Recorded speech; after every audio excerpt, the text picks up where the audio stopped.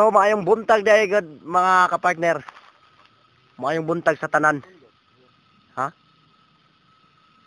Maayong buntag dahil sa tanan mga kapartner.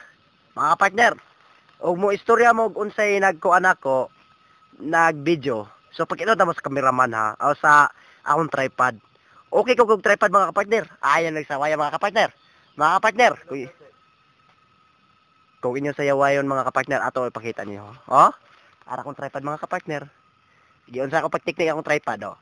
Gitakbasan, na ba? Giputol ni sa mga kapartner. Pag magputol ani, gitakbasan. May na ani partner. Sa mga kapartner ipapit ang cellphone ra mga kapartner paano?